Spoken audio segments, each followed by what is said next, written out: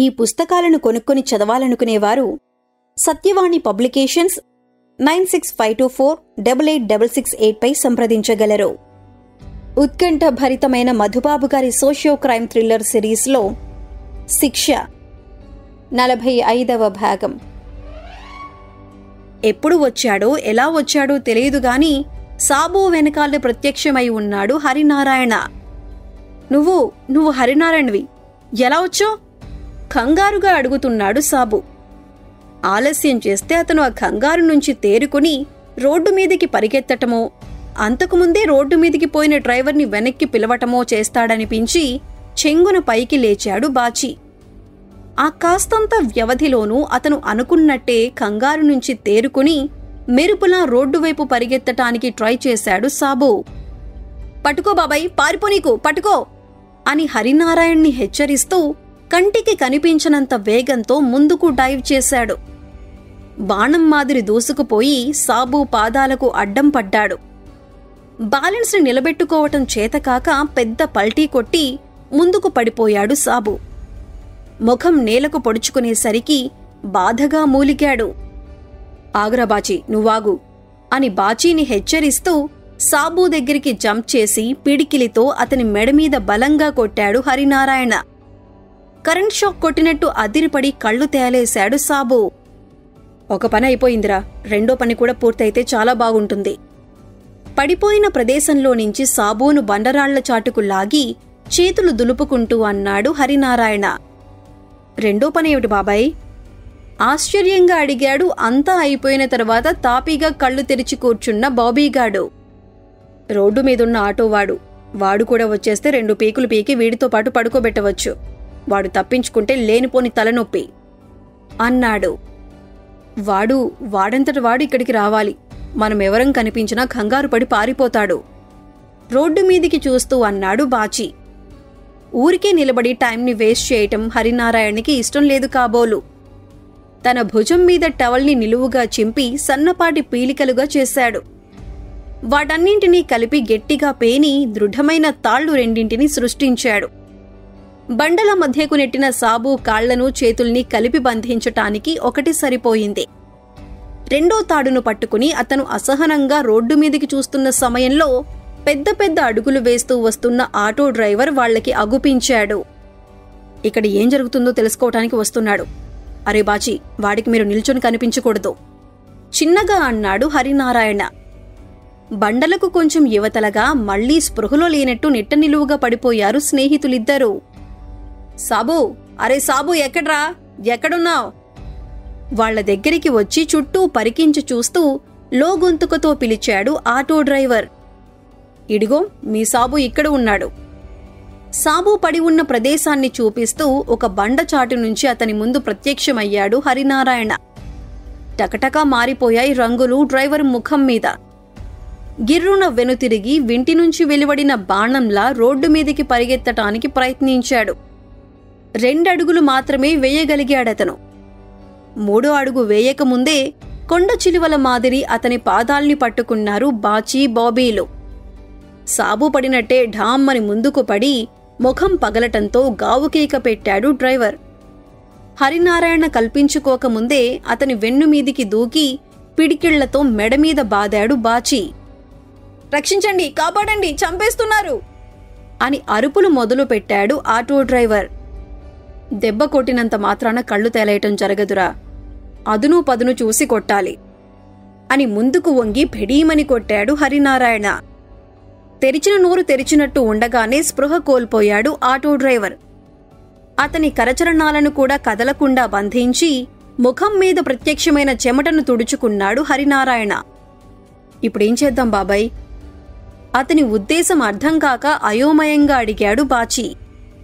చెప్తాన్రా, ఇంకా చాలా పని ఉంది. రోడ్డు మీద ఆటోని అక్కడి నుంచి తీసేయాలి. ఒక పని చేయండి, మీరు కదలకుండా ఇక్కడే నిలబడి ఉండండి. నేను అరగంటలో వచ్చేస్తాను, ఉంటారా అన్నాడు. అలాగే, నువ్వు వెళ్ళరా బాబాయ్, మాకు భయం లేదు, ఉంటాం. చుట్టుముట్టడానికి సిద్ధమవుతున్న చీకట్లను చూస్తూ బింకంగా అన్నాడు బాబీగాడు. పెద్ద పెద్ద అడుగులు వేస్తూ రోడ్డు మీదికి వెళ్లిపోయాడు హరినారాయణ. ఈ సాబుగాడు, వీణ్ణి పట్టుకోవడం దేనికిరా బాచి? మాటా పలుకు లేకుండా అచేతనంగా పడి ఉన్న సాబుని చూస్తూ బాచీని అడిగాడు బాబీగాడు.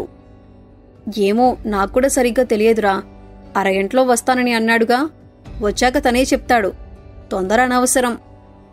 ఆరింద మాదిరి చెప్పాడు బాచీ. అరగంట పూర్తి అవ్వకముందే అతను ఎదురుచూడని అవాంతరం ఎదురైంది. స్పృహ లేకుండా పడి ఉన్న సాబు ఉన్నట్టుండి కళ్ళు తెరిచి అతని కేసి చూశాడు. అరే నా కట్లు విప్పు, తొందరగా విప్పు, విప్పకపోతే అరిచి కేకలు పెడతాను, పోలీసులొచ్చి నీ బొక్కలు వెరగేస్తారు, విప్పు.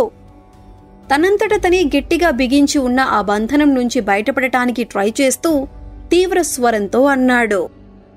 అరే పాచి, నిజంగానే అరుస్తాడ్రా, వీడరుపులు రోడ్డు మీదకి వినబడితే పోలీసులు వచ్చేస్తారు. భయం నిండిన కంఠంతో అన్నాడు బాబీగాడు. విప్పరా, విప్పమంటుంటే అలా చూస్తావేం, వినబడటం లేదా అంటూ అరవటానికి నోటిని తెరిచాడు సాబు. అంతవరకు మౌనంగా నిలబడి ఉన్న బాచీలో వెంటనే వచ్చింది చలనం. చటుక్కున కిందికి వంగి దోసిటి నిండా మట్టిని తీసుకున్నాడు. తను ఏం చేయబోతున్నాడో అర్థమయ్యే లోపల నోటి నిండా ఆ మట్టిని పోసేశాడు. ఉక్కిరిబిక్కిరైపోయాడు సాబు. విపరీతమైన దగ్గుతో గిలగిల్లాడాడు. నోరు తెరిచావండి, చుట్టుపక్కల ఉన్న మట్టినంతా నీ నోట్లో పోస్తాను, నోరు మూసుకో. అతని దగ్గరే నిలబడి నిబ్బరంగా హెచ్చరించాడు బాచీ. అరే బహదూర్, నిన్ను బతకనీయడు. నేను నిన్ను ఆ చింపిరి జుట్టు ముఖంగాడిని ఇక్కడికి తీసుకువస్తున్నట్లు బహదూర్కి తెలుసు. ఇంకో అరగంటలో బెనర్జీ ఇక్కడికే వస్తానన్నాడు. నీ పని అయిపోయినట్టే. వాళ్లని బెదిరించాడు సాబు. నీ సంగతి, బహదూర్ సంగతి, ఆ బెనర్జీ సంగతి మాకు తెలుసు. మా హరినారాయణ బాబాయ్ మాతోనే ఉన్నాడని మర్చిపోకు. మా బాబాయ్ కోపం వచ్చిందంటే చింపి చేట చేస్తాడు మీ వాళ్లనందర్నీ అన్నాడు బాచీ. హరినారాయణ ప్రసక్తి వచ్చేసరికి రక్తం లేనట్టు పాలిపోయింది సాబు ముఖం. అరే నా దగ్గర మస్తు పైసలున్నాయి, నీకిచ్చేస్తా, నన్ను వదిలేయి అంటూ బేరాలు మొదలు పెట్టాడు. వదిలేస్తాంరా, నిన్ను వదిలేయకుండా మా దగ్గరే అట్టిపెట్టుకోము, తొందరపడకు అంటూ హరినారాయణ అక్కడ ప్రత్యక్షమయ్యేసరికి చటుక్కున ఆగిపోయాయి అతని మాటలు. పనైపోయిందా బాబాయ్, ఆటోనెక్కడ పెట్టావు అడిగాడు బాబీ. ఎక్కడో ఒకచోట పెట్టాను గాని ముందు మీరు టిఫిన్ తినండి, మనకి బోలెడు పని ఉంది అంటూ మందపాటి క్యారీ బ్యాగ్లో నుంచి టిఫిన్ పొట్లాల్ని తీసి అతనికి అందించాడు హరినారాయణ. మినరల్ వాటర్ బాటిల్ని కూడా ఇచ్చాడు. బాగా ఆలస్యమవుతుందా బాబాయ్? ఆలస్యమైతే పెద్దమ్మ కంగారు పడుతుంది చిన్న కంఠంతో అతనికి మాత్రమే వినిపించేటట్టు అన్నాడు బాచీ. చూద్దాం, పరిస్థితి ఎలా ఉంటుందో చూద్దాం అంటూ సాబు దగ్గరికి పోయి బాసిపట్టు వేసి కూర్చున్నాడు హరినారాయణ. దట్టమయ్యాయి చీకట్లో. కళ్ళు చిట్లించి చూస్తే తప్ప ఎదుట ఉన్న ముఖాలు సరిగ్గా కనిపించటం లేదు. ఎందుకు నన్ను పట్టుకున్నావు? ఏం చేశాను నేను? బిక్కముఖం వేసుకుని హరినారాయణ్ణి అడిగాడు సాబు. నేనడిగే మాటలకి సమాధానం చెప్పు. సరిగ్గా చెబితే నిన్నేమీ చేయను, నాటకాలాడితే చంపిక్కడే పాతి పెట్టేస్తాను అన్నాడు హరినారాయణ. నాకేమీ తెలీదు. బెనర్జీ నన్ను పిలిపించాడు, ఈ పోరగాళ్లని అడ్డం తొలగించమని పైసలిచ్చాడు, అంతే, ఇంకేం లేదు అన్నాడు సాబు. అరే అది కాదు బే, ఆ విషయాన్ని గురించి నేను అడగను. ఆ బెనర్జీ నిన్ను ఎందుకు పిలిపించాడో, వీళ్ళని అడ్డం తొలగించమని ఎందుకు చెప్పాడో నాకు తెలుసు. అది కాదు, 6-7 ఏళ్ల క్రితం నువ్వు అనాథ శరణాలయం పిన్ని దగ్గరికి వచ్చావు. ఎంతమంది పిల్లల్ని అప్పగించావు అడిగాడు హరినారాయణ. 6-7 ఏళ్ల కిందట అనాథ శరణాలయం పిన్ని? అవును, మొత్తం 4 తెచ్చి అప్పగించా. గోదావరి సైడ్ నుంచి 2 తెచ్చినా, ఇంకో బుడ్డాడిని నల్గొండ ఏరియా నుంచి తీసుకుపోయినా, ఒకతన్ని మాత్రం యాదగిరి, రాయచూర్ దగ్గర ఉన్న యాదగిరి నుంచి ఎత్తుకొచ్చినా అని టకటకా చెప్పాడు సాబు. ఆ తర్వాత అడిగాడు హరినారాయణ. ఆ తర్వాత శరణాలయం పిండికి సప్లై చేయటం కుదరలే. ముంబైలో మంచి రేటు పలికింది. పట్టుకున్న వాళ్లందర్నీ ముంబైకే తీసుకుపోయినా. శరణాలయం పిన్ని చాలాసార్లు కబురు చేసింది, అయినా సరే కుదరలే. జరిగిపోయిన సంగతులన్నింటినీ గుర్తు చేసుకుంటూ చెప్పాడు సాబు. అరే బాచీ, ఇట్రారా ఉన్నట్లుండి పిలిచాడు హరినారాయణ. ఇడిగో వీడే మా బాచీ, శరణాలయం పిన్ని దగ్గర పెరిగాడు. వీడి ముఖాన్ని సరిగా చూడు. అతన్ని మరికాస్త ముందుకు లాగి సాబుతో చెప్పాడు హరినారాయణ. కనులు చిట్లించుకు చూసి గట్టిగా తల విదిలించాడు సాబు. ఏంట్రా, ఏంటి సంగతి, గుర్తుకు వచ్చిందా అడిగాడు హరినారాయణ. నాకు బుద్ధి లేదు, ఈయన్నెక్కడ్నో చూసినట్టుందని అనిపించింది, అయినా పట్టించుకోలే. ఈడు శరణాలయం పిన్నికి ఫేవరెట్. నేను తీసుకొచ్చి అప్పగించిన రోజునే ఈడు పిన్నికి బాగా మాలిమయ్యాడు. ఈయన్ని గుర్తుపట్టి ఉన్నట్టయితే అంటూ చేసేదేం లేక గాఢంగా నిట్టూర్చాడు సాబు. గుర్తుపడితే ఏం చేసేవాడివి బే? రోడ్డు మీద పొడి చేసేవాడివా? లేకపోతే వీడిని పట్టుకోవడం నీ వల్ల కాదని చెప్పి పారిపోయి ఉండేవాడివా అన్నాడు. ఏదో ఒకటి చేసేవాణ్ణి. అవన్నీ ఇప్పుడు నీకెందుకులే. నువ్వు అడిగిన దానికి జవాబు చెప్పా, వదిలేయ్ నిర్లిప్తంగా అన్నాడు సాబు. నేను అడగటం పూర్తి కాలేదు బే. మా బాచి నువ్వెక్కడి నుంచి ఎత్తుకొచ్చావో బాగా గుర్తు చేసుకు చెప్పు. మాట తేడా రాకూడదు. వచ్చిందంటే నీ పని అయిపోయినట్టే అన్నాడు హరినారాయణ. గుర్తు చేసుకోవాల్సిన పనే లేదు. వీడిని నేను యాదగిరి నుంచి ఎత్తుకొచ్చా. ఒక పొడుగాటి పెద్దాయన వీడిని తీసుకుని రైల్వే స్టేషన్ దగ్గరికి షికారుకొచ్చిండు. నాకు బాగా గుర్తు. వీడిని రోడ్డు మీద వదిలి అర్జెంటుగా ఒకటికి పోయిండు. రైలు ఎక్కటానికి పోతున్నా నేను. నా వంక చూసి నవ్విండీడు. రైలొచ్చి ప్లాట్ఫామ్ మీద ఆగి ఉంది. చంకలో వేసుకుని ఒక్క గంతులో రైలు ఎక్కేసిన, అంతే చెప్పాడు సాబు. బాగుంది బే, చాలా బాగుంది. మా బాచిని నువ్వు యాదగిరి దగ్గర నుంచి తీసుకొచ్చావు. మరి వీడిని అంటూ బాబీని దగ్గరికి పిలిచాడు హరినారాయణ. వీడు వీడు వీడు అంటూ 2 క్షణాలు ఆలోచించి అసహనంగా తల విదిలించాడు సాబు. తొందర పెట్టలేదు హరినారాయణ. ఓపికగా కూర్చున్నాడు. గుర్తు రావటం లేదు భాయ్. గోదావరి నుంచి తీసుకువచ్చానో నల్గొండ దగ్గర నుంచి ఎత్తుకుపోయానో జ్ఞాపకం లేదు. వాడి మాదిరి వీడు ఎప్పుడూ నవ్వలేదు. అది మాత్రం ఖచ్చితంగా గుర్తుంది అన్నాడు సాబు. నువ్వు కాసేపు వెధవ వేషాలు వేయకుండా ఉండాలి. మేం మాట్లాడుకోవాల్సిన విషయాలు కొన్ని ఉన్నాయి. మాట్లాడుకున్నాక నీ గురించి ఆలోచిస్తాం, సరేనా? కూర్చున్న చోటు నుంచి లేస్తూ చెప్పాడతను. అప్పటికప్పుడు తనకు ఎటువంటి ప్రమాదము ఎదురు కాబోవటం లేదని అర్థమై అలాగేనన్నట్లు ఆనందంగా తల ఊపాడు సాబు. అరే బాబీగడ, ఆ డ్రైవర్ గడు లేస్తాడేమో, కాస్త గమనించుకో. మేమిద్దరం ఇప్పుడే వస్తాం అంటూ బాబీగాడిని హెచ్చరించి బాచీని పక్కకు తీసుకుపోయాడు హరినారాయణ. నిన్ను యాదగిరి నుంచి తీసుకొచ్చానని అంటున్నాడ్రా. నీ ముఖాన్ని బాగా గుర్తుపెట్టుకున్నాడు. నీ విషయంలో వాడి మాటలు కరెక్ట్ అవ్వచ్చని అనిపిస్తోంది. ఒక బండని ఆనుకుని నిలబడుతూ అన్నాడు. అది సరేగాని వాడితో మన పని పూర్తయిపోయిందా అడిగాడు బాచి. పూర్తయిపోయిందిరా. ఇప్పుడు వాణ్ణి ఏం చేయాలని ఆలోచిస్తున్నా. వదిలిపెడితే బహదూర్ దగ్గరికి పరిగెత్తి జరిగిందంతా చెప్పేస్తాడు.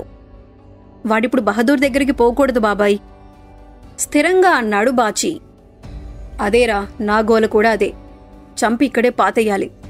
అలాంటి పనులు మనకు అలవాటు లేదు. ఏం చేద్దాం సాలోచనగా అన్నాడు హరినారాయణ. 2 క్షణాలు ఆలోచించి, ఈ చుట్టుపట్ల ఫోన్ ఎక్కడైనా ఉందా బాబాయ్ అని అడిగాడు బాచి. ఫోన్ ఎందుకురా ఆశ్చర్యంగా అడిగాడు. ఫోన్ చేసి వచ్చిన తర్వాత చెప్తాను. పని పూర్తవుతుందని నమ్మకం లేదు చెప్పాడు బాచి. కాసేపు ఆలోచించి, ఇక్కడికి 2 కిలోమీటర్ల దూరంలో ఒక దాబా ఉంది. మీకు టిఫిన్ అక్కడి నుంచే తెచ్చాను అన్నాడు హరినారాయణ. దాబాల దగ్గర నుంచి ఫోన్లు చేయకూడదు. ఎవరికీ తెలియకుండా చేయాలి అన్నాడు బాచి. అతని ఆలోచన ఏమిటో హరినారాయణకి అర్థం కాలేదు. ఉన్నట్లుండి ఒక నిర్ణయానికి వచ్చాడతను. మీరిక్కడే ఉండండి, ఇప్పుడే వచ్చేస్తాను అంటూ ఈసారి రోడ్డు మీదికి పోకుండా దగ్గరలో ఉన్న పెంకుల ఫ్యాక్టరీ దగ్గరికి పోయి 15 గంటలో వచ్చాడు. అది పాడుబడిపోయి ఉంది. జనమెవరూ తిరిగిన జాడలు లేవు. వీళ్ళని అక్కడికి తీసుకుపోదాం, తర్వాత ఆలోచించుకుందాం అంటూ సాబుని భుజాల మీదికి ఎత్తుకుని అక్కడికి తీసుకుపోయాడు. బాచీని అక్కడ కాపలా పెట్టి తిరిగి వచ్చాడు. ఆటో డ్రైవర్ని కూడా తీసుకుపోయి శిథిలం కావటానికి సిద్ధంగా ఉన్న రేకుల షెడ్ల ముందు వదిలాడు. ఇప్పుడేం చేద్దాం బాబాయ్ అడిగాడు బాచి. ఇప్పటికిప్పుడు మనం చేసేదేమీ లేదు. ఏదో ఒక విధంగా వాళ్లని వదిలించుకోవాలి. అది ఎలాగో ఈ రాత్రికి ఆలోచిస్తా. మీరు సరస్వతమ్మ దగ్గరికి వెళ్ళిపోండి. రేపొదయం రండి. వచ్చేటప్పుడు నాకు టిఫిను మంచినీళ్లు తీసుకురండి అన్నాడు హరినారాయణ. ఆటో సంగతి అడిగాడు బాబీగాడు. ఓరిని ఆటో తగలబడా, దాని గురించి మర్చిపోరా, పో వెళ్ళిపో విసుగు నిండిన కంఠంతో అన్నాడు. చిన్న ముఖం చేసుకుని బాచీతో బండరాళ్ల మధ్యగా అడుగులు వేస్తూ రోడ్డు మీదికి వచ్చేశాడు బాబీ. ఆటోలు వస్తుంటే చూడు అని అతనికి చెప్పి సిటీ వైపు నడక మొదలుపెట్టాడు బాచి. 10 నిమిషాల తర్వాత వచ్చింది ఒక ఆటో. 10, 20 రూపాయలు తీసుకుని వారిద్దరినీ ఇరానీ హోటల్ సమీపంలో వదిలిపెట్టింది.